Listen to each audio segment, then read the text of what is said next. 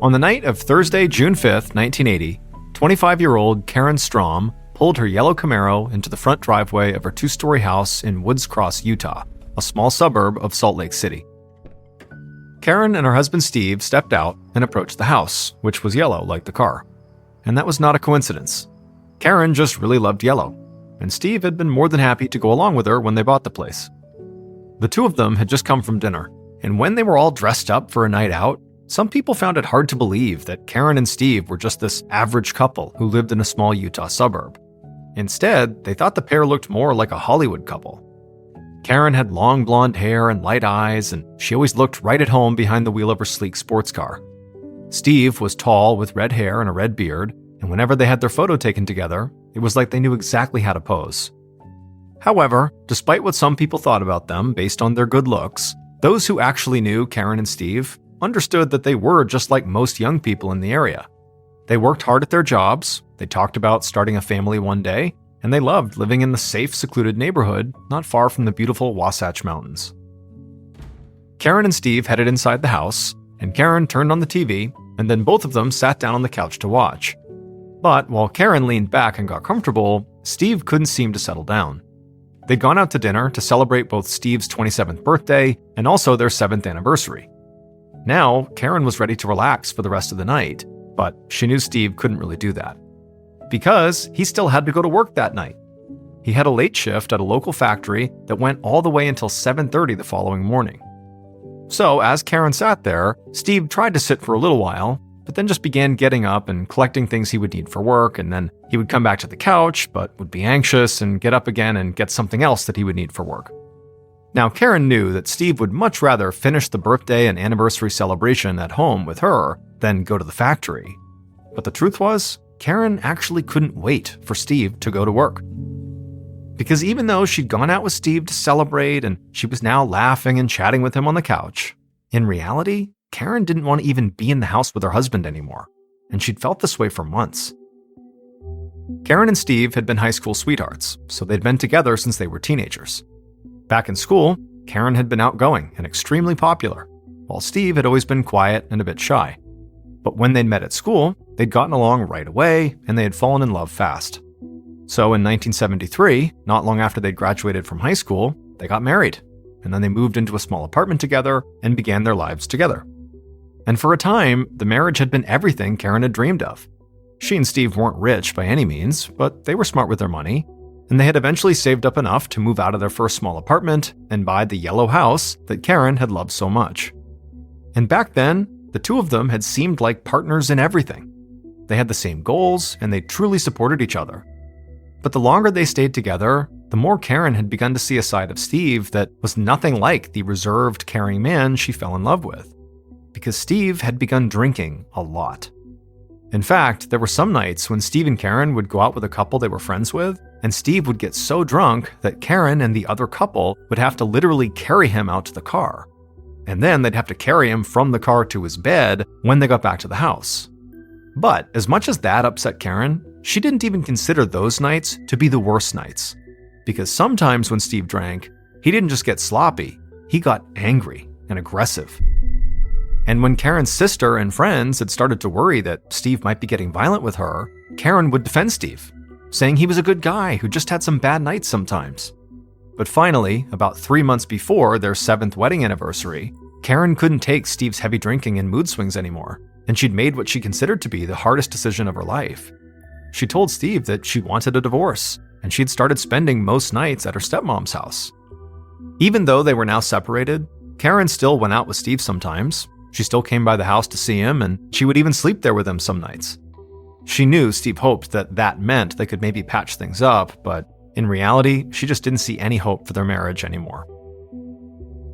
Back at the house, Karen continued to watch TV, anxiously waiting for the moment when she could be alone and go to sleep by herself in her old bed. And a little after midnight on June 6th, Steve finally said it was time for him to go to work. So, Karen got off the couch, walked with him to the front door, and Steve gave her a kiss.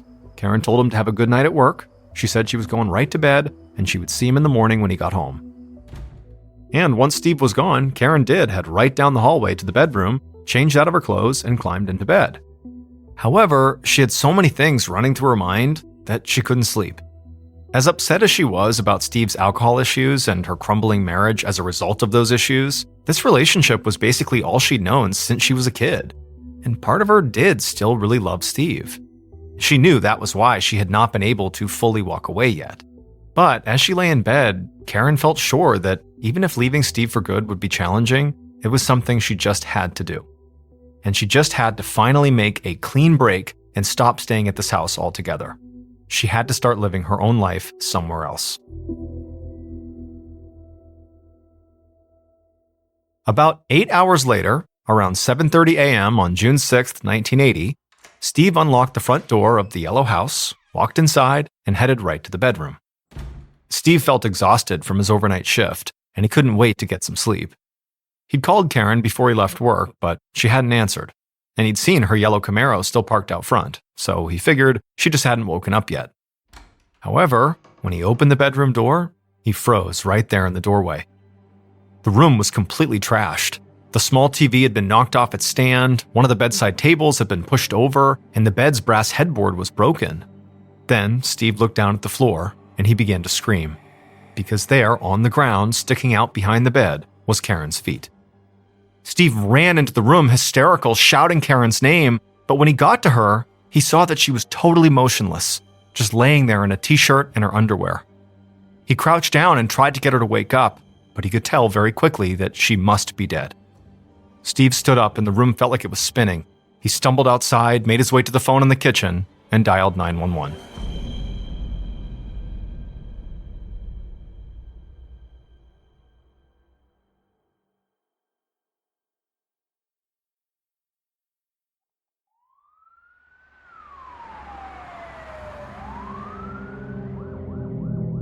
Later that morning, Detective Clarence Montgomery of the Woods Cross Police walked towards Karen and Steve's front door.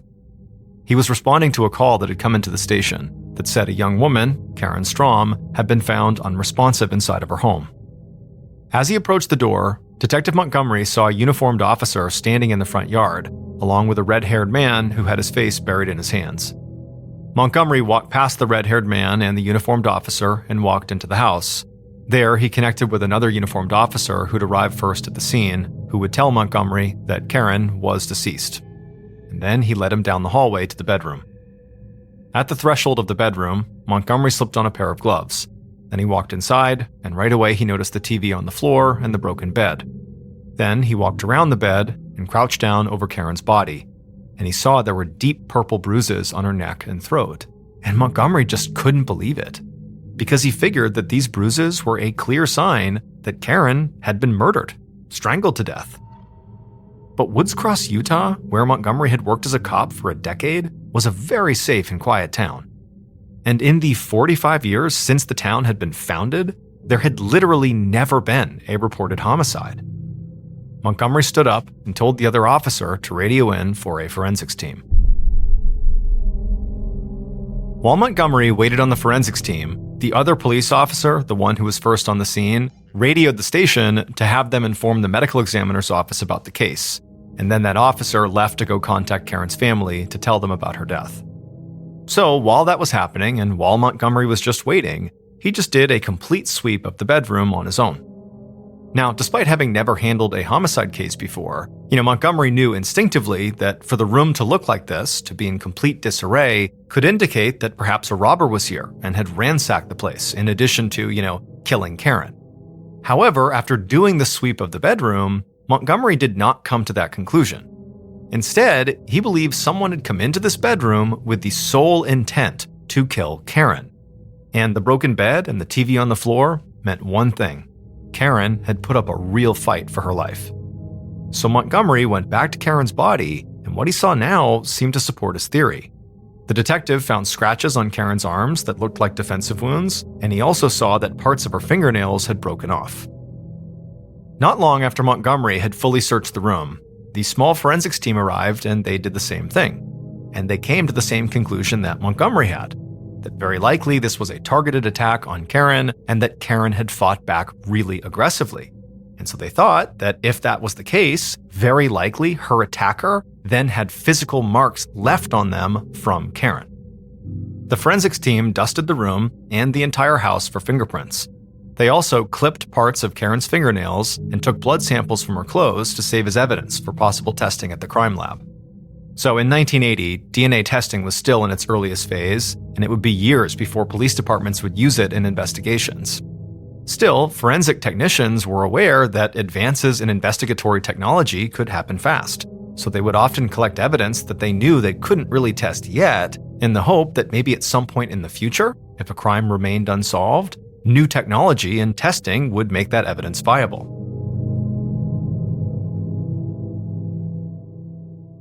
As the forensics team continued their work in the house, Detective Montgomery headed outside to speak to the red-haired man he'd seen when he first arrived. The man Montgomery now knew was Karen's husband, Steve. Montgomery could immediately see that Steve was a mess. He was sobbing and looked like he was struggling to catch his breath. Montgomery honestly felt bad for him. However, in a case like this, the spouse was the first suspect. So, after approaching Steve and introducing himself, he began by asking him where he'd been that morning and also where he'd been the night before. Through tears, Steve told Montgomery about his and Karen's dinner, how he'd left her to go to work at the factory around midnight, and that he'd gotten back home around 7:30 that morning. Steve said he'd unlocked the front door, gone right to the bedroom, and found Karen. As Montgomery heard this, he immediately focused on the part where Steve said he unlocked the front door, because Montgomery had not found any evidence of forced entry into the house. But if Steve was telling the truth about the door being locked when he got home, Montgomery thought whoever attacked Karen had to have a key. Or it had to have been someone Karen would open the door for late at night. But before Montgomery could question Steve further, he heard the sound of a car screeching to a halt right outside the house. The detective looked up, saw the car door fly open, and watched as a young woman who was maybe 20 years old marched towards him. And this young woman pointed right at Steve and shouted, "He finally did it! He killed her!" Steve stammered, and Montgomery rushed over to the young woman, trying to keep the situation from getting out of hand. Montgomery tried to calm this young woman down, but it clearly was not working. She said that she was Karen's little sister, Coco, and she'd rushed over as soon as she had gotten the news about her sister's death. And she said again that she was sure Steve had killed her. However, as Montgomery was trying to keep Coco separated from Steve, something happened that made Coco break down even more. The front door of the house opened, and members of the medical examiner's staff wheeled Karen out in a black body bag. And Coco saw it and just crumbled. She started sobbing uncontrollably, and then she told them not to do that, not to take Karen away. Everything about this was new for Detective Montgomery. He'd never dealt with a murder case, and he already felt like the situation at the house was spiraling totally out of control. He knew he needed to act fast before things got worse, so he called an officer over to stay with Karen's sister and to make sure she was okay. He had no idea if there was any truth to the accusations Coco had thrown at Steve, or if it was just how she was dealing with her anger, shock, and grief. But that didn't matter right now. Montgomery marched back across the yard and told Steve they needed to talk down at the station right now. Not long after that, Detective Montgomery led Steve into a small office at the police station. And once they were sitting down, it was clear Steve was still visibly shaken. Montgomery asked him a few basic questions about his and Karen's marriage. He wanted to know if they'd been fighting or had been experiencing any financial problems, anything like that. Steve admitted that he and Karen had hit a rough patch recently, but he said they were working things out. They'd been in love since they were teenagers, and they were both committed to trying to make the marriage work. He said they'd just gone out the night before to celebrate their anniversary, and then Steve said again that after that he'd gone to work right around midnight, and he said everything seemed fine, and that Karen had told him she would see him in the morning. As Steve spoke, Montgomery made a note of Steve's work schedule. Then he asked if there was anyone other than family that Karen might open the door for late at night. Steve nodded and gave Montgomery a list of some of their closest friends. After that, the two men talked for a bit longer, and then eventually, Montgomery told Steve he could leave for now. However, the police would soon follow up. After Steve left, Montgomery sat alone for a while, thinking through Steve's story. It'd be easy enough to follow up on his work alibi at the factory, but right now, Montgomery had no idea of Karen's actual time of death. For all he knew, Steve was her killer, and maybe he killed her before he even went to work, and everything he said about discovering Karen's body could just be a complete lie. However, for the time being, he had no evidence pointing directly at Steve, or really anybody else. So, he looked down at the list of friends that Steve had just given him, and he saw one name that might help him verify Steve's alibi and allow him to learn more about Steve and Karen's marriage all at once. The man's name was Ed Owens, and he was Steve's coworker and one of the couple's friends.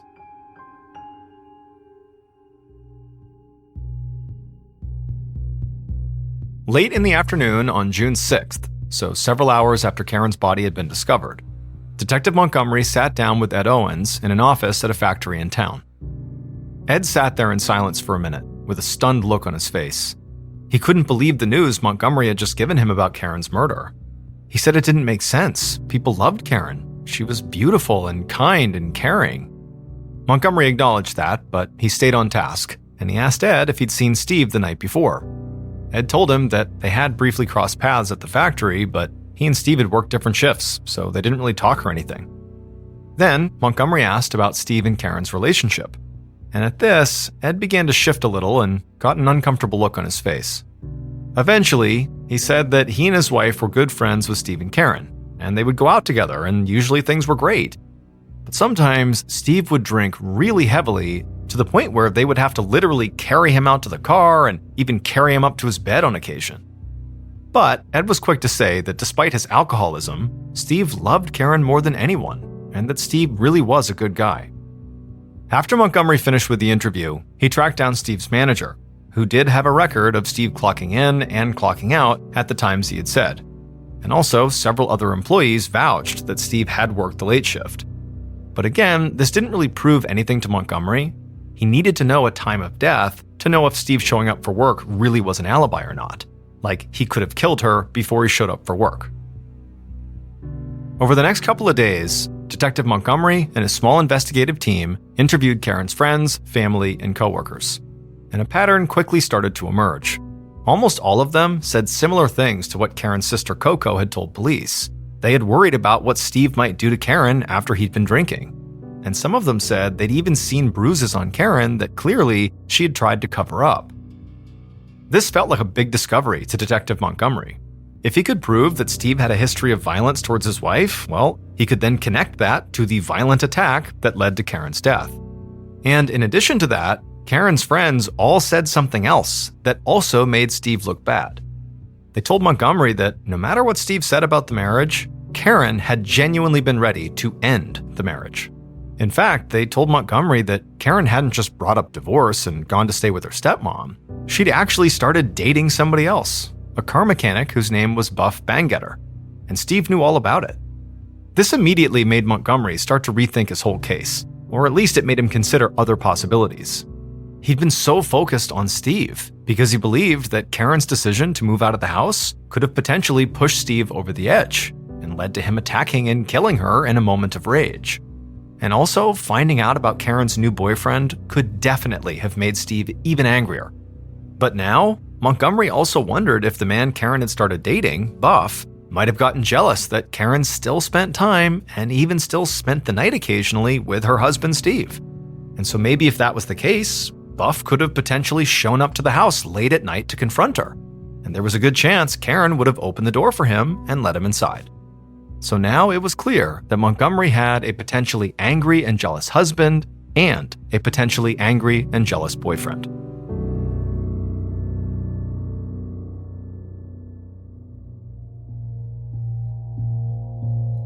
On June 8th, so 2 days after Karen's body had been found in her room, Detective Montgomery sat down with the man Karen had started dating before she died, Buff Bangetter.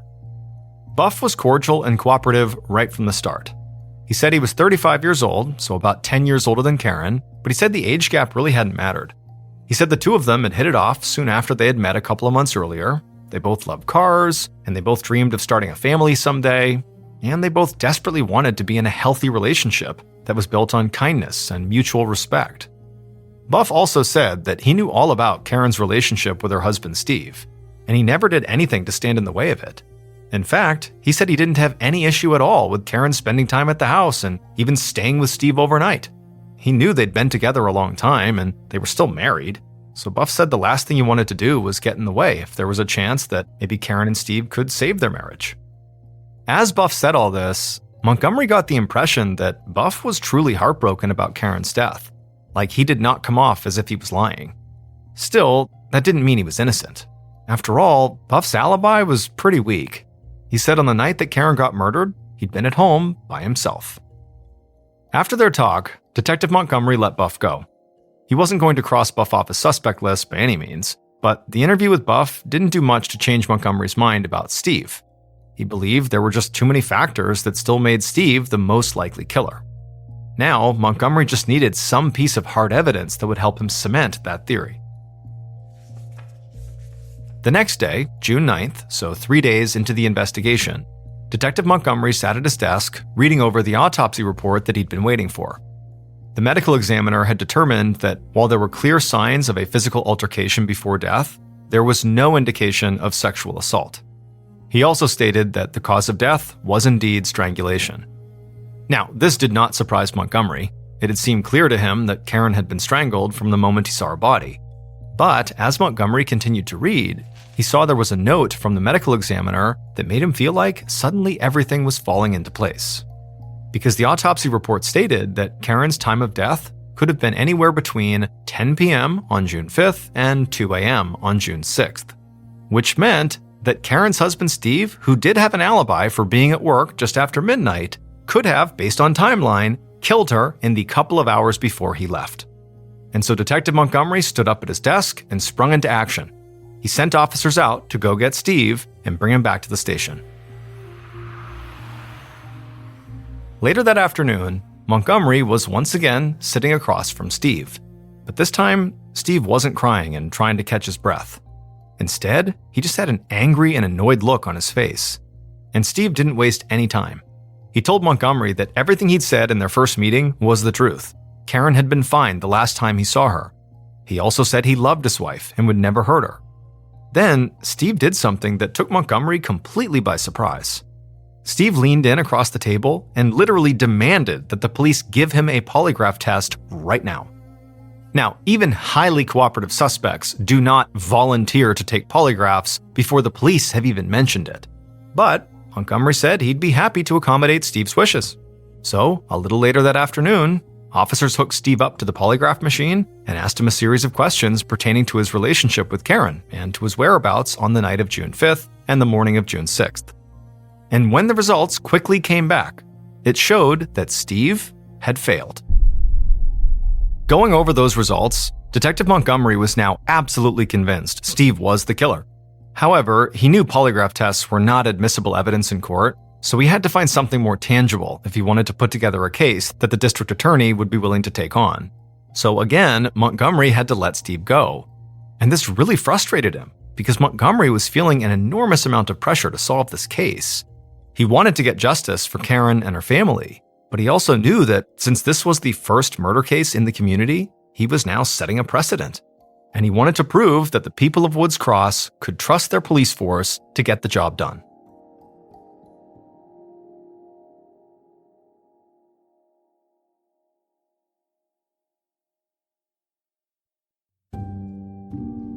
Throughout the end of June and all of July, Detective Montgomery and his team dug deep into every aspect of Steve and Karen's lives.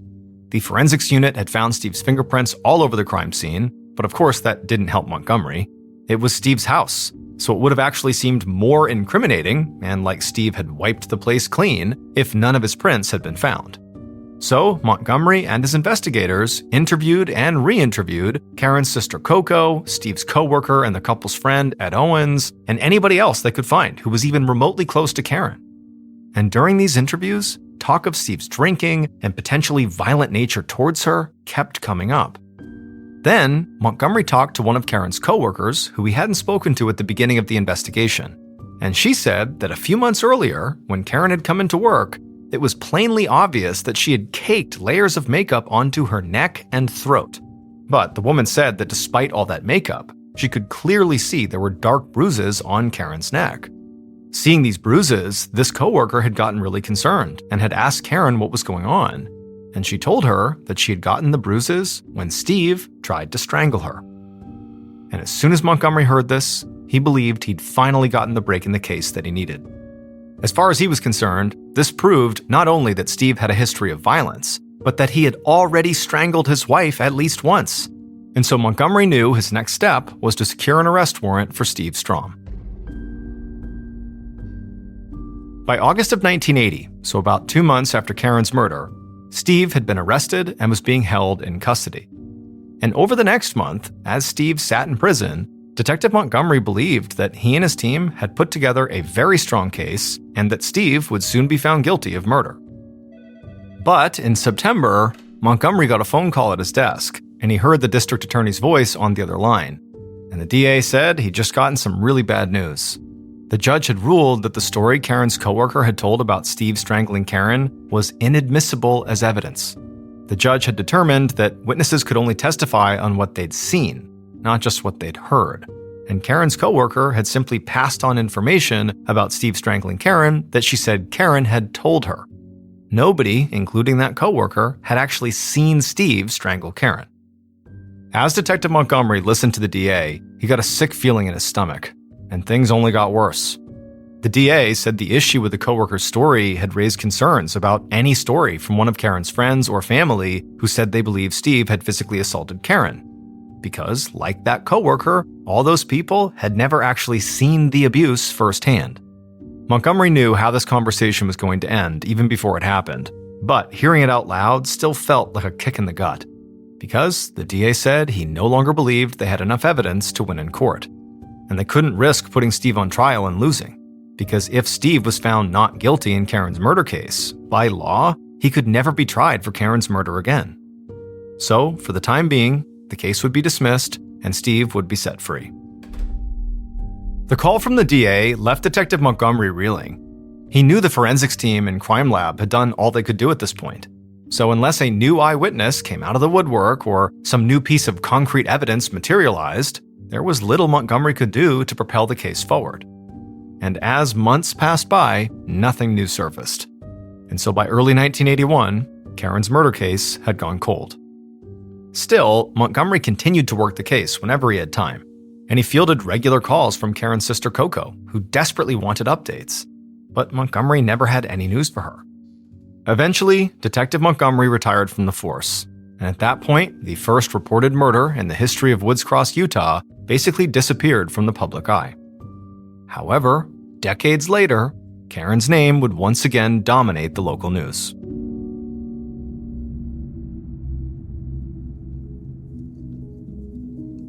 In 2006, over 26 years after Karen's murder, Detective Brad Benson of the Woods Cross Police Department walked into his boss's office. Detective Benson had been a rookie on the force back in 1980 when Karen had gotten murdered. He hadn't been part of the investigation, but he'd never forgotten about the case. Over the past 2.5 decades, Woods Cross had remained a small, quiet suburb with a relatively low crime rate. And so today, Detective Benson found himself in a situation that was pretty common. He had no major criminal cases to work. So he asked his boss if he could take up a cold case, the murder of Karen Strom. His boss stared him down for a second. Like Benson, his boss knew all about the case and the huge impact it had had on the community back in the 1980s. But he wanted to know why, after so many years, Benson thought he could possibly crack the case when nobody else could. And Benson said, well, because technology had advanced leaps and bounds since Karen had gotten killed.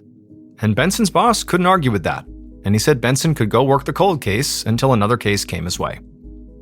After Benson left the office, he didn't necessarily think Karen's murder would suddenly be an open and shut case, but he knew the original investigators had a strong suspect, Karen's husband Steve, but they just could not put enough evidence together that would hold up in court. Benson quickly made his way down a brightly lit set of stairs into a much more dimly lit basement. And once he was there, he looked over shelves stacked with boxes that were filled with evidence from old or forgotten cases. Eventually, he found a box full of evidence from Karen's murder. And when he opened it, he said a silent thank you to Detective Montgomery. Because it was clear to Benson that before Montgomery retired, he had made sure that all of the evidence in that case was securely stored and cataloged in detail. And within days, Benson was able to send 2 major pieces of evidence to the crime lab for testing: clippings of Karen's fingernails and the underwear that she'd been wearing when she was found dead. Now that it was 2006, the lab could run a series of in-depth DNA tests on those pieces of evidence that back in 1980, those tests simply were not possible. Now, Detective Benson knew that since so much time had passed, there was a chance that any potential DNA samples could have become corrupted by now. but he hoped that the care that Detective Montgomery and his team had clearly shown for these pieces of evidence would mean they were still viable for testing. It would take some time for the results to come in, but in early 2007, now 27 years after Karen's murder, Detective Benson was sitting at his desk staring down at a crime lab report, and his hands were literally shaking from excitement. After reading through the whole report, Benson dug through a file folder and found a phone number. Then he grabbed a cell phone and called it. A moment later, a woman in her mid-40s answered. It was Karen's little sister, Coco. And with his voice shaking, Benson told Coco that after all this time, he finally had the evidence police needed to prove who killed her sister.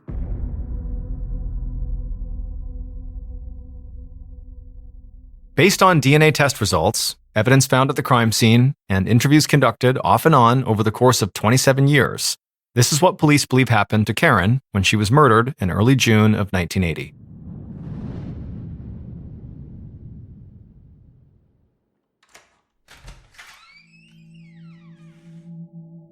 The killer opened the front door of the house and walked inside. It was dark and quiet, and they slowly made their way down the hall towards the bedroom. When they reached the bedroom, they opened the door. In the moonlight shining through the window, they could see Karen lying in bed. But as the killer stepped into the room, Karen woke up, startled, and she sat upright. The killer then moved towards the bed and said something out loud.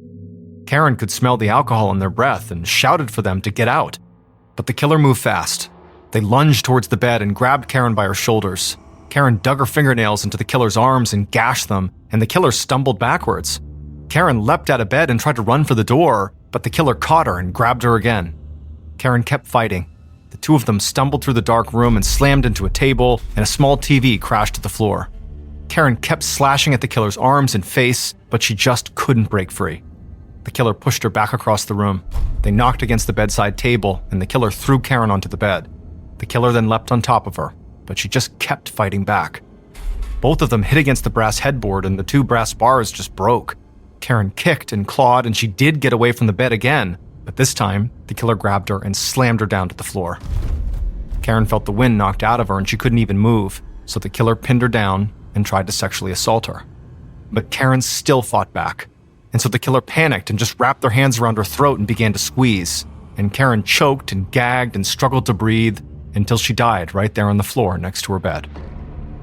After that, the killer stood up, stumbled out of the room in a daze, ran down the hall, out of the house, slamming the door behind them. They ran past the yellow Camaro parked in the front driveway and climbed into their own car. Then they hit the gas and sped off into the darkness. It was still dark out, early in the morning. The killer exhaled and relaxed a bit once they were gone. They knew it would be at least a few hours before Steve got home from work.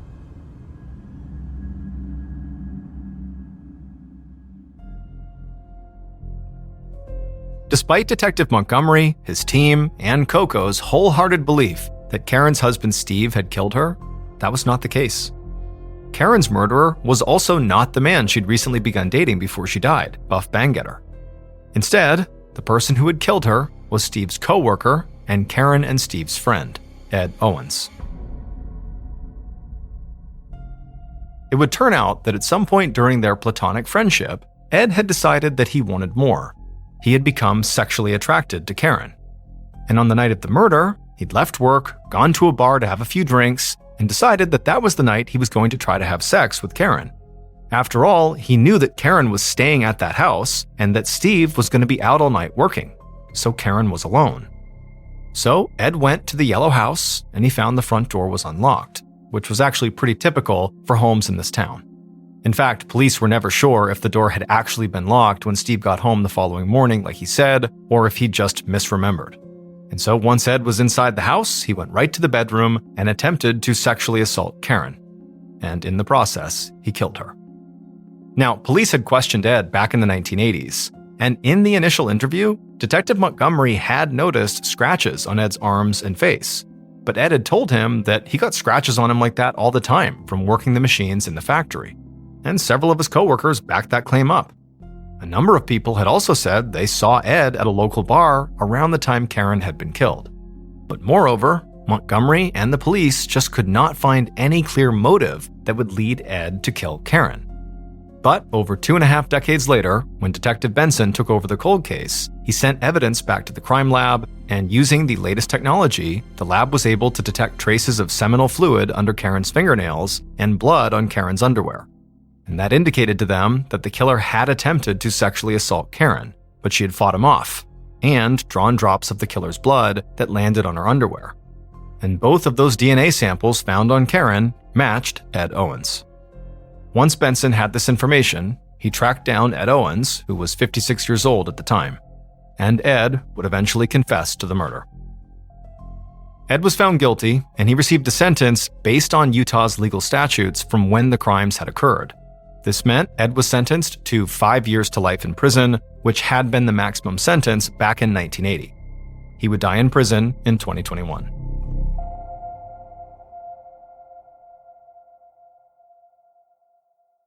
On the morning of February 2nd, 2012, a young man pulled off a 4-lane highway in Anchorage, Alaska, into a large, snowy parking lot. He passed by dozens of parked cars until he arrived in front of this small shack that was brightly teal-colored. It was a popular coffee shop called the Common Grounds, and this young man worked as a barista there. After he parked his car, he walked up to the white door employee entrance to this little building, and he got his key out and he went to unlock the door, but when he turned the key, he saw the door was already unlocked. He knew the girl who had worked the previous night and would have been responsible for locking the shop up. She was 18-year-old Samantha Koenig, and although she had only been on the job for about a month, she seemed very responsible and had never had any issues closing up before. The young man shrugged it off though. He figured people make mistakes, and he went inside. Right away, he noticed that a couple of things just seemed out of place. It was like Samantha must have just left in the middle of her shift without even attempting to clean up. There were napkins on the ground, there were towels out, there were cups still out. And so as this young man is walking over to the cash register to unlock it, he's running through scenarios in his head about how Samantha could have been so sloppy. And then he reached down with his register key, and just like the door, the cash register was already unlocked. When he pulled the tray out, all the money was gone, and that's when he knew they had been robbed. And so he called his boss. The night before, Samantha had asked her boyfriend, Dwayne, to pick her up after her shift at the Common Grounds. Dwayne arrived in front of the kiosk at about 8:30 p.m., which was 30 minutes after her shift should have been over. Dwayne had gotten held up at his job, which is why he was late. And so when he gets there, Dwayne looks around the parking lot and he doesn't see Samantha anywhere. He sees the coffee shop itself is totally dark and looks like it's been closed up for the night. And so Dwayne gets out of his truck into the freezing cold night air, and he walked up to the window of this coffee shop and he pressed his face up to the glass to look inside, but there was nobody in there. Dwayne automatically went back to the fight he had gotten into with Samantha earlier in the night via text message. She had accused him of cheating on her. He had been kind of nonchalant, like he didn't care about it, and what ensued was a really ugly fight. And so as Dwayne is walking back to his truck, he's thinking to himself, maybe Samantha just didn't want to see him because of the fight, and so at the end of her shift, she got a ride home from her father or maybe from a friend, and that's why she's not here.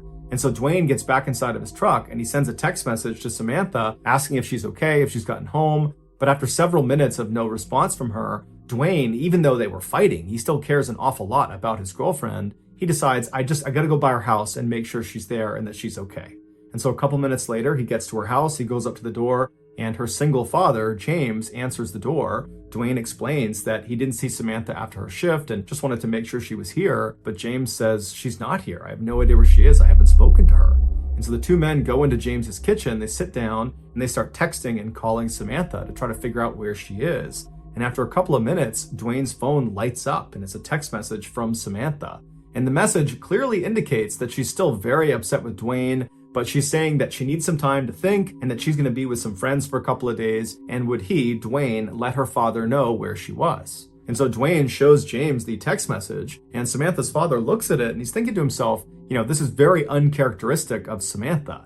He had raised Samantha since she was 2 years old, and they were very close. They shared everything with each other. It didn't make any sense that she wouldn't contact him directly to say that she was going to be out with friends for a couple of days. And it didn't make sense that she would ignore all of his phone calls and text messages when clearly he was worried about her. The two men stayed up super late, calling and texting, hoping to get more information from Samantha, but she never responded, she never texted back. And so the following morning, when neither men had gotten any more messages from Samantha, James went to the Anchorage Police Department and filed a missing person report for his only daughter.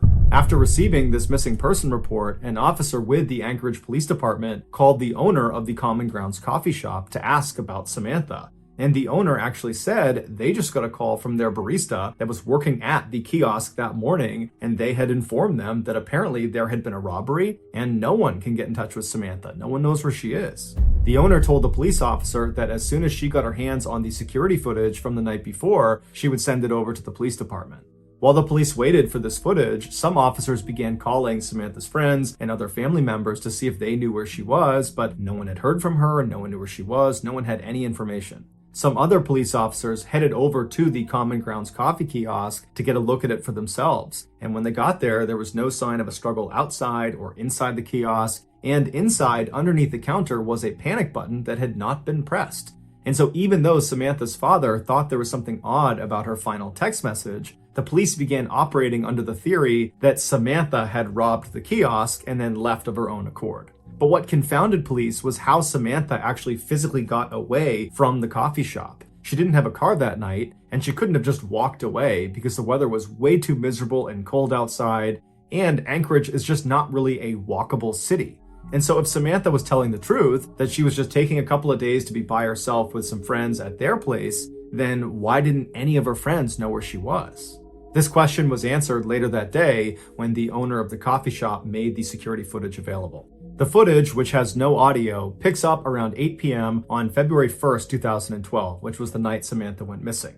It shows Samantha inside of the kiosk. She's working alone, she's cheerful, and she's busy. And then at some point, someone that we can't see, they're outside of the camera's range, comes up to the window and orders a drink. Samantha clearly turns to them, acknowledges their drink order, and turns and begins making this drink. And then after she's done making it, she turns to give it to this person, and immediately Samantha steps back and puts her arms up. And then seconds later, she reaches over and turns off the lights inside of the kiosk, and then she gets down on her knees with her back to the window. She stays in that position, not talking, not moving, for about a minute before she slowly stands up and walks down the kiosk towards the cash register. She opens it up, she scoops some money out of it, then she walks back to the window and appears to hand it to a shadowy figure on the other side of the window, and then Samantha turns, kneels again with her back to the window.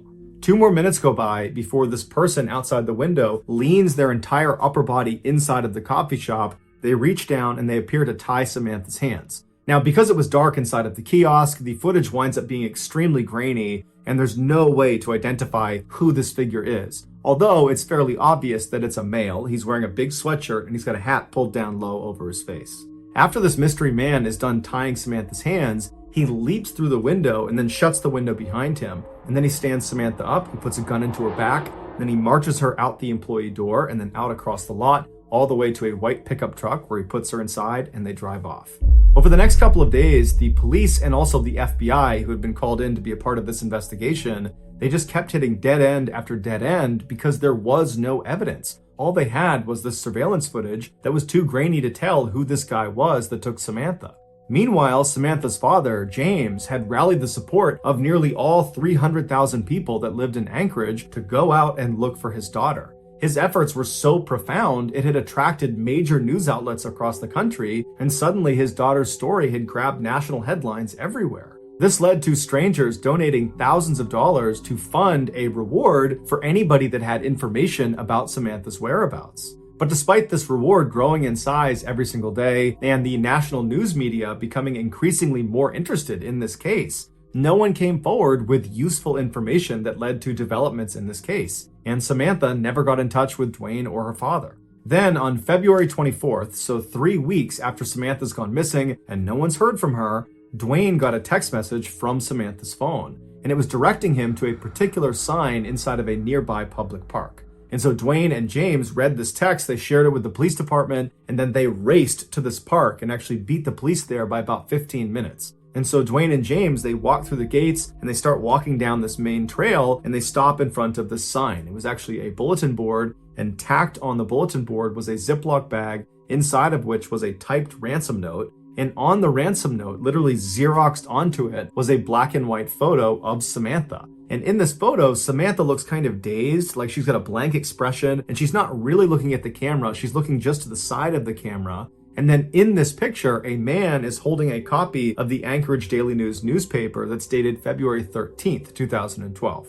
This was a proof of life photo where Samantha's captor was holding up that newspaper to indicate that Samantha was alive as of February 13th. And so to everybody involved in this case, including Samantha's father, even though this is still not a good situation at all, it was kind of a relief to know that at least as of last week, Samantha was alive. As for the demands of this ransom note, James was told to deposit $30,000 into his daughter's account immediately, and if he did that, she would be released 6 months later. As advised by the FBI, James deposited a portion of the ransom money into his daughter's account, and then the FBI just waited and watched because they knew if anyone tried to withdraw money from that account, they could track where the card was. A few days later, 3 separate withdrawals were made within Anchorage, but each time the FBI got a notification about one of these withdrawals, they would rush to the scene, and whoever it was that had tried to make this withdrawal was long gone. When they pulled the security footage from these 3 different ATMs, the person that was making these withdrawals was a man wearing a ski mask and big sunglasses, so they had no way to identify him. After these withdrawals, the account went silent for over a week, and in that time, there was no word from Samantha. Then on March 7th, more withdrawals were made, but they were in Arizona, and then New Mexico, and then in Texas. Again, authorities would rush to these ATMs, but they would get there right after the masked man with sunglasses had just left. But there was a break this time. In one of these surveillance videos from one of the Texas ATMs, they spotted the car this guy was getting into before he left. And it was a small sedan, it was a white Ford Focus, and they saw him leave going east on a Texas highway. And so authorities in Texas were told to look out for this particular car in this part of Texas. And sure enough, on March 13th, a Texas patrolman spotted the car sitting in a hotel parking lot. He waited nearby until a man in his 30s walked out of one of the hotel rooms, walked down, and got inside the car. And then this patrolman just kind of followed him and looked for any reason to pull him over. And as he had his radar gun on this guy, he noticed he was going 2 miles per hour above the speed limit, and so he pulled him over. The patrolman got out, he walked up to the driver's side window. The window was already down, the man was very calm. The patrolman asked him for his license, and the guy handed him an Alaskan license. His name was Israel Keys, he was 34 years old, and he lived in Anchorage. The patrolman knew this was the guy. He called in backup, and before long they were searching Keys' car, and in the trunk they found a ski mask along with other clothes that matched the description of the guy who was making withdrawals from these different ATMs. They also found a gun, as well as Samantha's cell phone and debit card. After Keys was arrested and was brought into custody, he denied having any involvement with Samantha's disappearance. But after being presented with the overwhelming evidence that suggested otherwise, he caved and said yes, he would tell them the full story of what happened to Samantha, but they had to get him an Americano coffee, a peanut butter Snickers, and a cigar. Once he had said items, he began to speak. And what he said was so disturbing and so graphic, the FBI still has not released the full transcript of his confession. Here is the version of events based on what was made public. On February 1st, 2012, Keys decided he was going to rob the Common Grounds coffee kiosk. He walked up to the window expecting there to be some teenager working inside, and he was right. It was Samantha. He asked her for an Americano, and while she turned to make his drink, suddenly his plan changed. Not only was he going to steal money from inside of this coffee shop, he decided he was going to steal Samantha from this coffee shop. When she turned back with his drink and handed it to him, he discreetly pulled his gun out and aimed it at her and told her this was a robbery. That's when she backed up and put her hands up, and then she turned around, he tied her hands, he jumped back inside, and then he said after he shut the window, he jammed napkins inside of her mouth so she couldn't make any sound, and then he marched her out the door, outside, into his car, and they took off. Once they were in the vehicle, he pulled the napkins out of her mouth, and he told her if she tried to escape or if she tried to flag anybody down, that he would just kill her. And so he said she was very obedient, she was obviously very scared, but she was trying to do her best to stay composed. At some point, Keys reached over and took her phone and sent that text message to her boyfriend informing him that she was going to be spending a couple of days with friends and that he should tell her father. And then Keys told Samantha he was going to be holding her hostage and trying to extract some ransom money. Samantha told Keys that her family was very poor and that he wouldn't get much money out of them. To which Keys said, "Don't worry about it, I know they'll raise money and they'll come up with it somehow." Then they drove around Anchorage for several hours, periodically stopping so Samantha could get out and relieve herself, other times so Keys could smoke a cigar. Then, around midnight, Keys made his way back to his house, and he pulled into the driveway, and he turned to Samantha, and he had her go in the back seat and lie down. Then he put some tarps over her, and he told her if she tried to escape, he would kill her. And then Keys got out, and he walked inside of his house, where his 10-year-old daughter and his girlfriend were fast asleep. And in just a few hours, Keys and his daughter were scheduled to go to New Orleans for a 2-week-long luxury cruise. Keys left his house and went back to his car. He put a blindfold on Samantha, and then led her down the driveway to his shed. Once inside, he sat her down on an upturned bucket in the back of the shed, and then he put a rope around her neck, and he anchored each end of the rope to the wall so she was pinned to the wall. Then Keys turned his radio all the way up to make sure it masked any noise she might make, even though he reminded her repeatedly that if she made any noise, he would just kill her, and by and large, she was very obedient. And then he gave her a couple of cigarettes to smoke and told her it was going to be just fine, to just chill out, that he was going to get the ransom money from their family, and then as soon as that was done, he would let her go. He turned on some space heaters to keep the space warm, and then he left and locked the door. He walked back into his house and double-checked that his daughter and his girlfriend were still asleep. They were. Afterwards, he started drinking some wine and relaxing, and then after a little while, he got a cup of water and he went back out to the shed. He went inside and he gave the water to Samantha, and he said Samantha was very composed. She was obviously frightened, but she asked him, "Did you speak to my father? Did you figure out the ransom situation?" And Keys told her that, "Yes, I talked to your father. Everything's working out fine. He's going to raise the money. We're going to get you out of here. Everything's going exactly to plan." After that, he walked up to Samantha and he unscrewed the 2 anchors that were holding that rope up against her throat. And then he cut the zip ties on her wrist, allowing her to relax and sit forward and just kind of be at ease for a second. And it was very obvious that Samantha was relieved. Her nightmare was about to be over. But then seconds later, Keys grabbed her really aggressively and tied her up all over again, this time much more thoroughly and much more tightly. It had been a cruel trick. When he cut her handcuffs and undid her necktie, he just wanted to see what she would do if she thought she was being let go. When in reality, he was never going to let her go. There was no ransom. He had not spoken to her father. It was all a big lie. Keys told investigators that as he was tying her up for that second time, he looked at her face, and she had this look of total resignation. He said she knew what was about to happen to her. After Keys tied her up, he left the shed and locked it behind him. He went inside to check one more time to make sure his 10-year-old daughter and his girlfriend were still asleep. When they were, he went back to the shed, he opened it up, he went inside, and this time when he stepped inside, it smelled like urine and sweat, and he looked down at Samantha and she was terrified. He walked up to her and he began to assault her, and then after he was done, he was standing over her getting his clothes back on, and Samantha very stoically looks up at him and says, "Are you going to kill me?" And he says, "Yes, I am." As he put on his leather gloves, she tried to talk him out of it, but he said there was no other way. Keys would tell investigators that he was very impressed with Samantha's bravery. Shortly before 4 a.m., Keys drove a knife into Samantha's back before choking her until she stopped moving. He told investigators that she never made a sound. After she was dead, Keys left the shed and locked it behind him. He went into his house, he took a shower. Afterwards, he woke up his daughter and told her to start getting ready because they were leaving soon for the airport. While his daughter was getting ready, Keys went back out to the shed. He went inside. He rolled Samantha's body up in a tarp and pushed her towards the back. He unplugged the space heaters, turned off the lights, turned off the music, and then double locked the shed and went back inside the house to make his daughter breakfast. At 5 a.m., a cab showed up at the house, and Keys and his daughter hopped inside and they made their way to the airport and then on to New Orleans, where they went on their 2-week-long vacation.